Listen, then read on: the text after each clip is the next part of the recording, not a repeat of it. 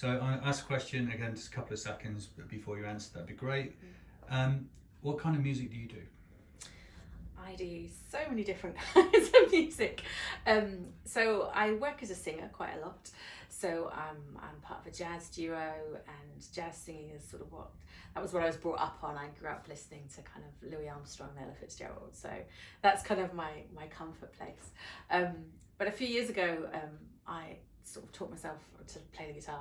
Actually, I had a lot of help teachers, so I learned to play the guitar, and I do quite a lot of singer-songwriter work. So I have goodness knows how many original songs that occasionally come out, and I kind of do a singer-songwriter gig.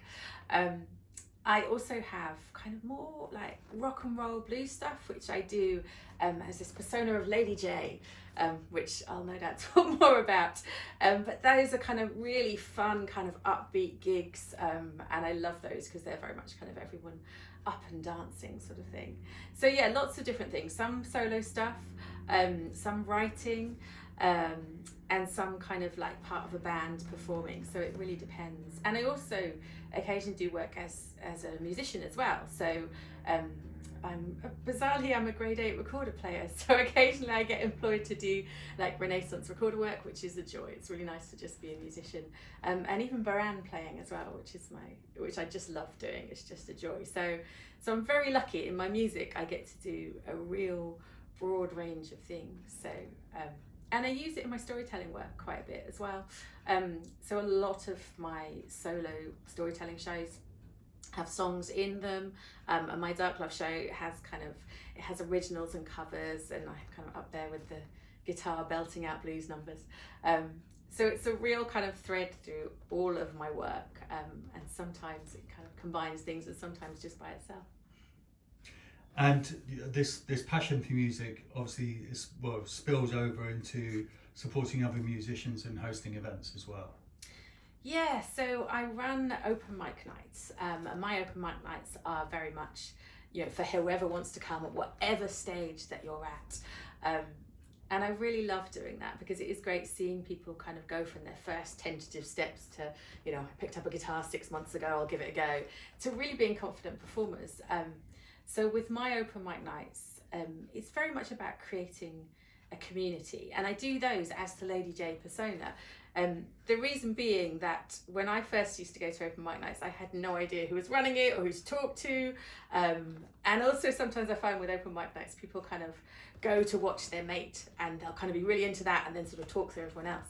So when I started running open mics, which was about 10 years ago now, I wanted to make something that was a bit different to that. So my Lady J persona, you can see me a mile off. I have the red dreads on.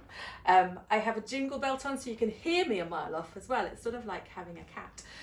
And then the picture of me is on the poster. So if you turn up to my open mic, it's the first time you've been to an open mic, you'll know who I am. And I always greet everyone as they come in, as far as I possibly can, and really try and make everybody feel like they're part of that community. And it's great because there've been real friendships kind of over the years of people who've got to know each other and then go off and work together. But I like to think that I kind of hold the atmosphere that if you're there for the first night and somebody's there for who's been coming for 3 years, you have that same feeling of warmth and same feeling as part of the community.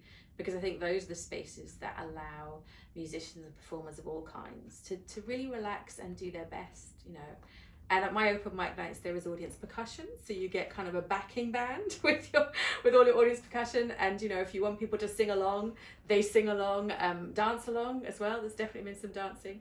So that idea of just really being supported, and I love it. I love it when people kind of are doing their originals, and the first time they hear the audience singing back their chorus to them, it's really nice. And the other thing we do at busking nights is wherever possible we put out a busk bottle, which means that anybody who wants to can chuck some coins in the busk bottle, and where we can, we share it out between the performers. So I've often been the person that's given someone their first paid gig. It might be like a 16-year-old at the end of the night when we share it out, they get a couple of quid, but it's just really lovely, again, having that experience. And also just really saying to audiences about valuing the work a bit, even if it is just a couple of coins they put in the bottle, which we now do virtually online. You can do virtual coins in PayPal. So yeah, and that's why I called it busking, because it is genuinely busking in the truest sense of the word. Wonderful. Fantastic. Wasn't sure whether that was the place to put that bit, but I think it is. Yeah. It's like, Well, we can, if you feel there's anything kind of cut out, we can also do that as well. Yeah. So, so don't worry too much about that. Okay, so music done? yeah, I think so. Did I cover everything? Yes, I did. I said about doing my storytelling work. Yep, good with that. Okay, cool. And now on to improv.